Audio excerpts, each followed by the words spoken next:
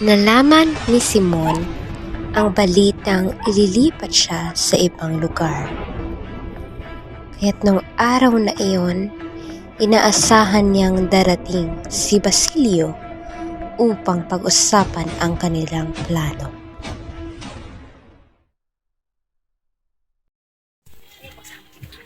Nakakarinig ako ng mga balita na may plano silang ilipat ako sa ibang lugar.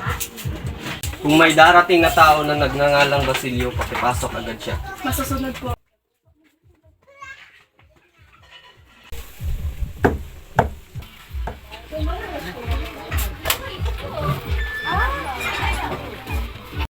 Sino po sila? Basilio. Ano po kayo? Magandang umaga, Simon. Magandang umaga. Umupo ka muna. Maraming salamat. Simon, ako ay naging masamang anak at kapatid. Hindi ko binigyang halaga ang aking ina at hindi ko binigyang pansin ang aking mga kapatid. Dahil dito, parang pinarusahan ako ng Diyos. At ngayon, ang tanging nasa isip ko lamang ay gumanti sa mga taong nagdulot sa akin ng sama at karahasan. Naalala ko 4 na buwan nang lumipas nang kinakausap mo ko sa iyong mga plano.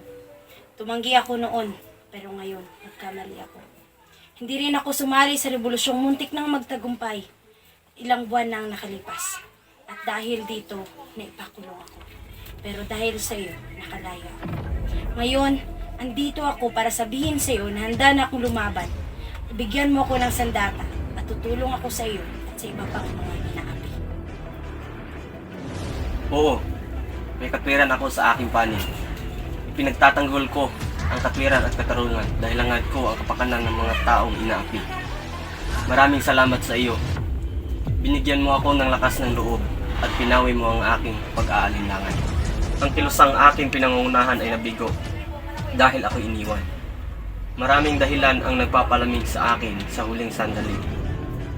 Noon, ako ang nagpapasya sa aking buhay dahil sa pag-ibig.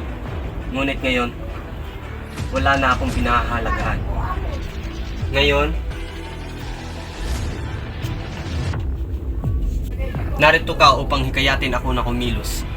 Sana'y magtagumpay tayo. Ako sa gitna ng mataas na lipunan, nagdudulot ng kamatayan at sumasama sa ilan na mabubuti. Samantalang kayo, kasama ang bayan sumusunod sa mga may talino at nagpapahalaga sa salapi.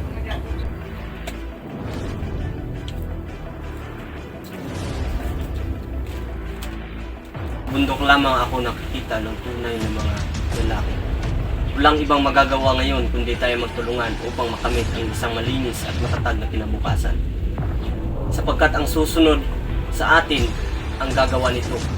Ito ba'y nitroglycerina? Dinamita? Ito ay higit pa sa nitroglycerina. Ito ay ang pinagsamasamang matinding galit at pang-aapi. Ito ang huling sandata ng mga mahihina laban sa mga malalakas at karasan. Sa una, ako'y nag-alinlangan. Ngunit dumating ka at napawi ang aking pag-alinlangan. Ngayong gabi, magkakaroon ng malalakas na pagsabog na magwawasak sa mga mapang-abusong tao. Ang mga taong nagtatago sa pangalan ng Diyos ay mawawasak ng sandatang ito. Maririnig ng buong Pilipinas ang malakas na pagsabog na magpapahayag ng pagkabulok sa mga hindi patas na tao. Ngayong gabi, magkakaroon ng isang pagtitipon at ilalagay ko ang lampara sa gitna ng cross na aking ginawa. Sa simula, sapat ang liwanag sa lugar. Ngunit pagkalipas ng 20 minuto, ito ay magiging malamlam at kapag may gumalaw sa metsa, ito ay sasabog. May isang kapsula sa loob. Ang granada ay sasabog at kasabay nito ang silid kainan kung saan nagtatago ako ng maraming pulbura ay sasabog na kikitil sa maraming buhay. Kung ganun po ba ay hindi na ninyo kailangan ang aking tulong? Hindi. May ibang tungkulin kang dapat gampanan. Kapag narinig mo ang pagsabog, ilalabas ang grupo ni Kabisang Talis upang sakupin ang lungsod. Ikaw ang magiging leader. Mga tapat na lumalaban, dadalhin mo sila sa tindahan ni Quiroga para mabigyan ng armas. Pangasiwaan mo rin ang mga tulay at tutulong ka kung kinakailangan. Lahat ng tumutol sa ating samahan ay dapat patayin. Lahat? O lahat. Lahat ng mga Indio, Mistiso, Inchik at Kastila.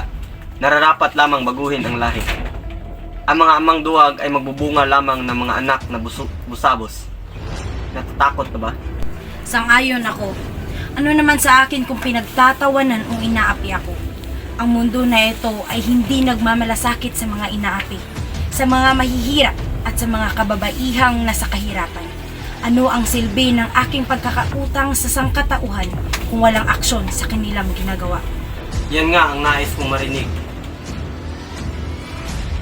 Sa ganap na ika-10 ay hintayin mo ako sa harap ng simbahan ng San Sebastian upang tumanggap ng huling mga utos.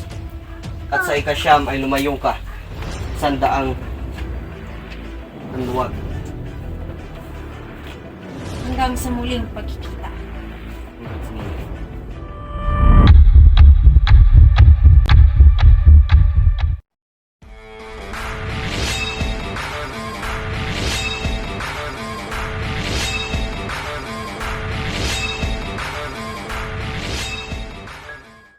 Nakatitig si Basilio sa malayo, habang ang kanyang mga mata ay sumusunod sa dalawang taong nagpapakasayang magkasama, si Paulita at Juanito.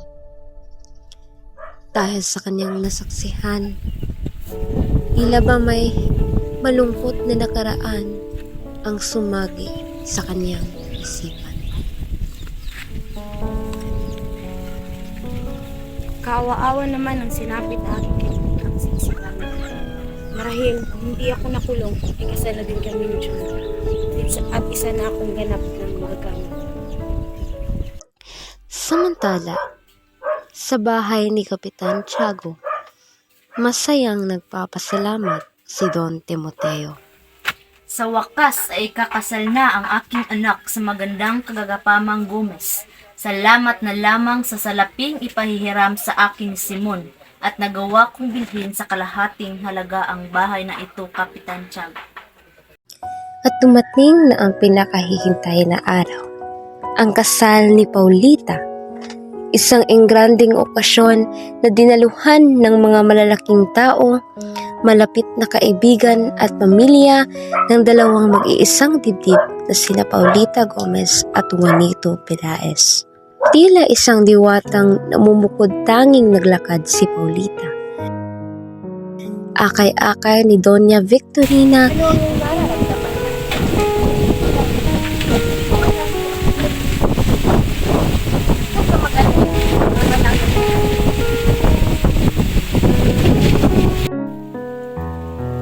Ingatan mo aking pamangkin, Juanito. Makakaasa ko kayo.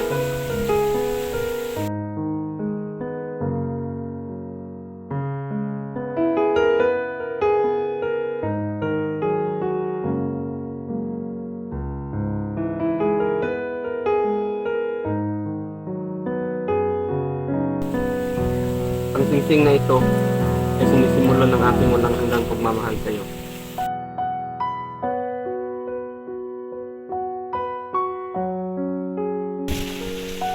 Ang singsing na ito ay sinisimbolo din ng aking walang hanggang pag-ibig sa iyo.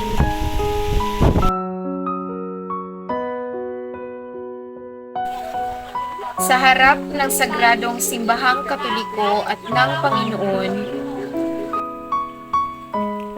binabasbasan ko kayo, Juanito Pelaez at Paulita Gomez bilang mag-asawa. at sa wakas, naging matagumpay ang kasalan. Ang dalawang puso na nag-iibigan ay nagkaisa na sa wakas.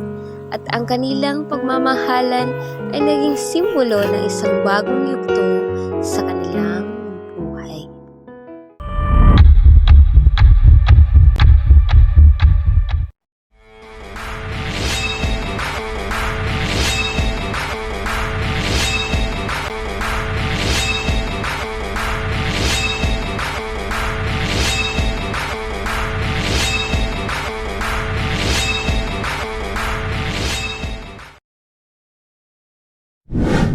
Ikapito ng gabi nang simulan ang prestihiyosang piging ng pasasalamat sa pag-iisa ng pamilya Pelaez at Gomez sa marangyang tahanan ni Kapitan Tiago.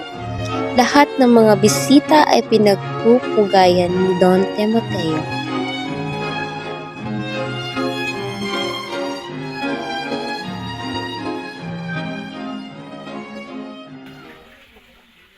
Salamat sa pagdalo. Halina't kayo ay tayo'y magsalo-salo. Maraming salamat. Dumating na rin ang bagong kasal na sina Juanito at Paulita. Si Padre Salve ay naroon na din. Sumunod na din na dumating si Simon, hawak ang regalo niyang lampara sa bagong kasal. Kinagagalak ko ang iyong pagdating, Ginoong Simon. Maraming salamat, Don Timoteo.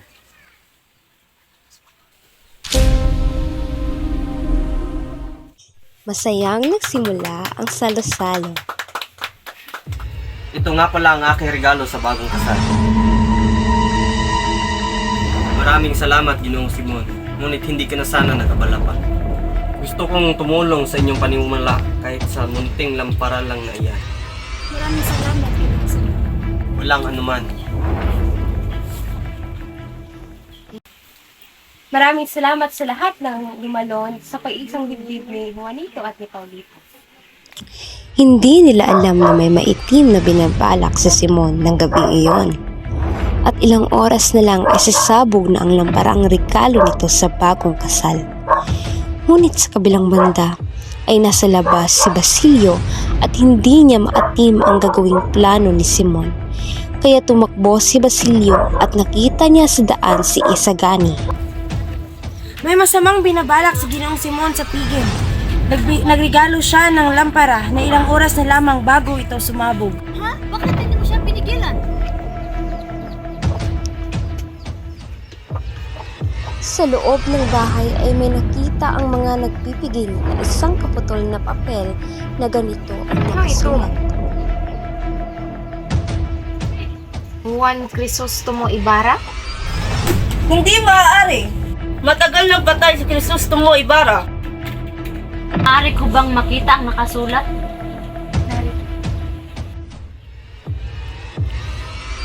Magpapatawag sana ng mga kawal ang Kapitan General, ngunit nang walang makita kundi mga utusan na hindi niya naman kilala, kaya ay sinabi na lamang nito na Magpatuloy na lang tayo sa ating pagkain. Huwag na natin intindihin ang kanyang pabiro. Ngunit sa wari ko'y ang kahulugan ng sulat ay papatayin tayong lahat. Baka papatayin tayong lahat sa pamamagitan ng paglason sa pagkain. Itigil niyo muna ang pagkain.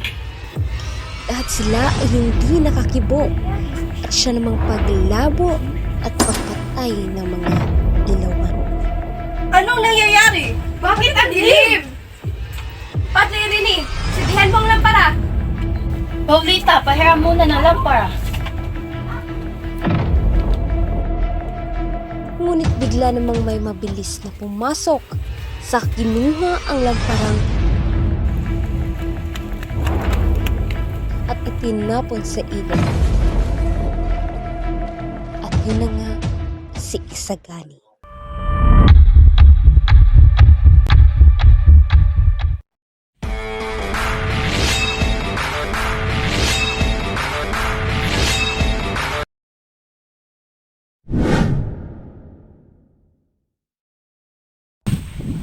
Haha, kailangan ko na agad may lathala ang mga pangyayari sa naganap na kasalan ni Paulita. Ang kapagabayani ni Kapitan General ay hindi matatawaran at ang katapangan ni Padre Irini sa paghabol sa nagnakaw sa lampara. Pasensya na, Ginoo. Hindi pinayagan ay lathala ang iyong pakayagan sapagkat ayon ng Kapitan General na may lumabas na kahit anong balita ukol sa nangyari sa nakaraang kabilang kasyala. Hindi maaari. Ang ganoong dahilan ay maihalin tulad sa pagpatay sa isang anak na maganda at matapang na dalaga. Ang gayong karaming paghihirap ay hindi pwede walang gantimpala sa Diyos. Mga tulisan ay nahuli at sinabi na ang may pakana ng lahat ay isang lalaking kamukha ni Simon sa kanilang pagkalarawan. Kailangang mahanap ang mag-aalahas sa Simon. Siya ang may pakana ng kaguluhang ito.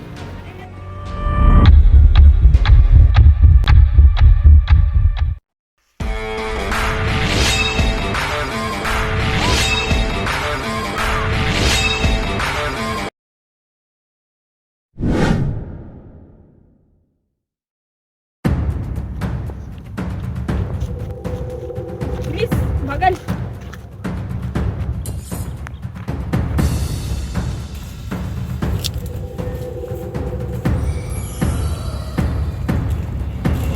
ilang magsasaka at bihag na rin ang ating nadakip.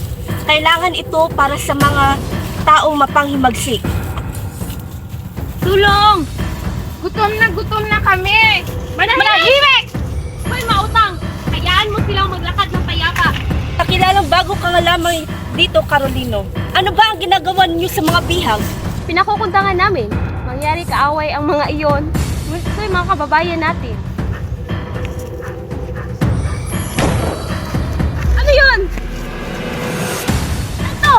Ang mga bilanggo! Fuego!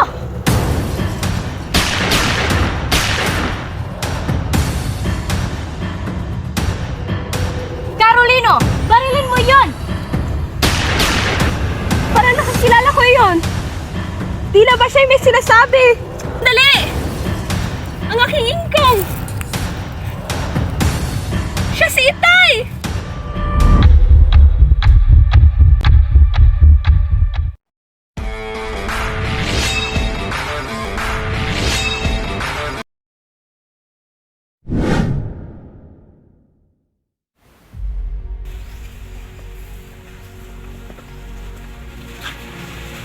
Sana patawarin ako sa Panginoon sa gagawin ko ito.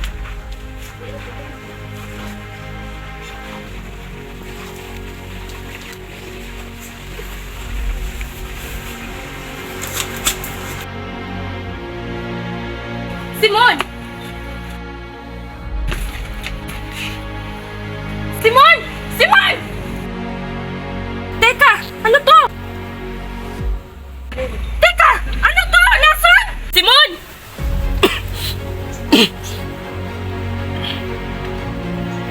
Simon! Bakit ka uminom ng lason? Hanap ako ng lunas! Maghintay ka!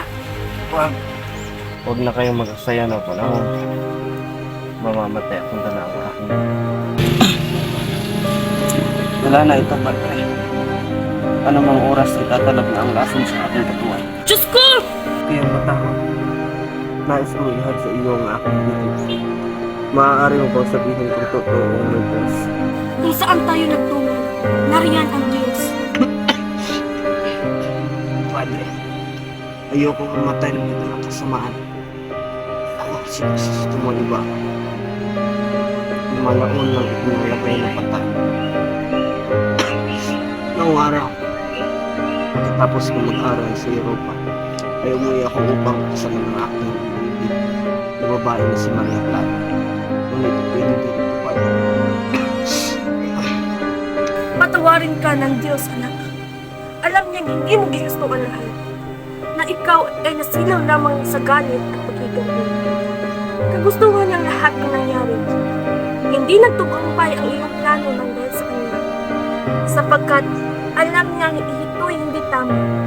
Igalang natin ang kanyang kapasyahan. Kanya po ay Diyos ang nagkaloob ng lahat ng ito. Walang makapagsasabi ng iniisip ng Diyos, anak. Ngunit kailanman ay hindi siya naghangad ng masama para sa akin. Kung gayon, bakit hindi niya ako tinulong? Pagkat mali ang iyong pamamaraan. Pag-ibig lang ang makakagawa ng dakil. Bakit ako ang kinarosahan at hindi ang mga masasagot? Nagmamahalan na walang dulot at kasamaan. Kailangan alugin ang lalakyan para malumuyan ang bango. Maraming salamat, Padre. Ngayon, kaya pa naman ako ng totoo. Diyos ko po! Simon!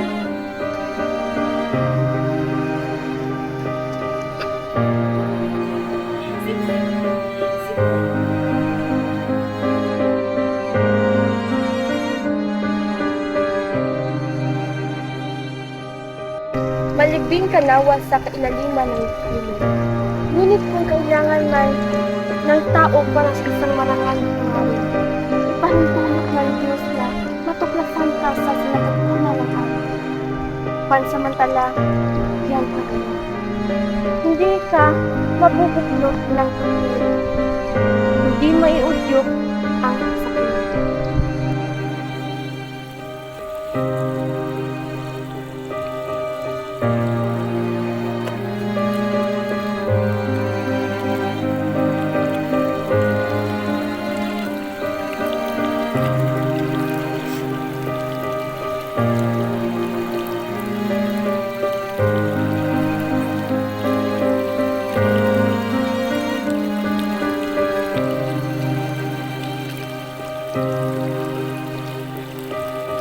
Guys,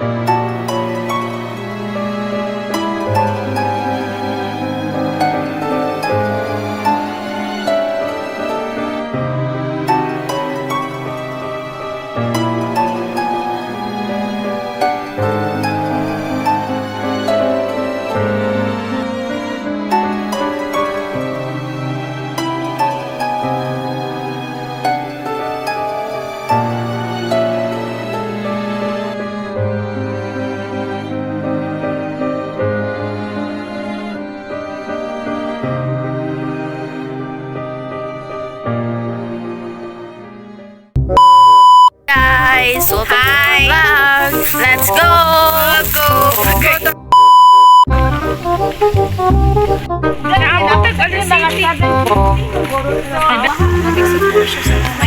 Darating na tao na nagngangalang Basilio. Ito ay higit pa sa Ng aking walang hanggang pag-ibig.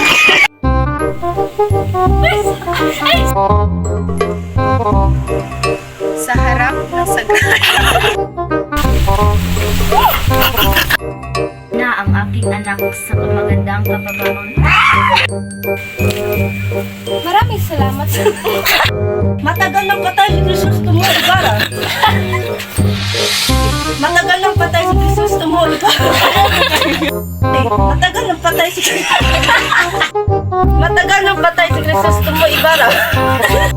Na ang pagkain.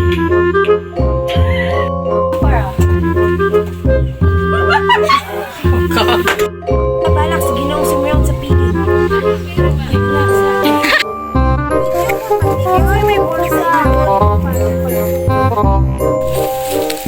Uy, mautang siya. Napakilalang bakit Mukha lamang ito, Carolina. Ano? Pinapupunta nga natin. Nangyari nagsilabasan ng mga kaaway. Uy, mo cellphone, day!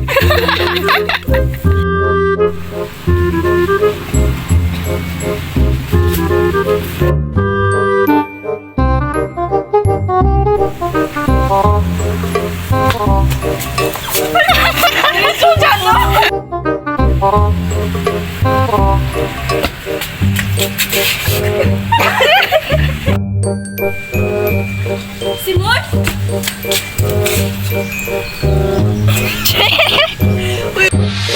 Simon! Simon! Di ba, maora ba sa mga lights? Ang sulobon mic, light daw. Pinagtatanggol ko ang katwiran at katarungan. Dahil hangad Panira man si Cherry Anoy. Oh, stop it. Stop. Ay, sobre! Stop na kayo mo. Atras ko kay pabalik ko na.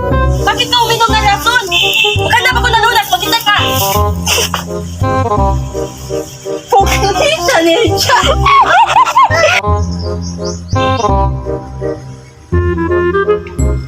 naluan. Nang dahil sa kanya. Sapagkat alam niya hindi ito Ibarra.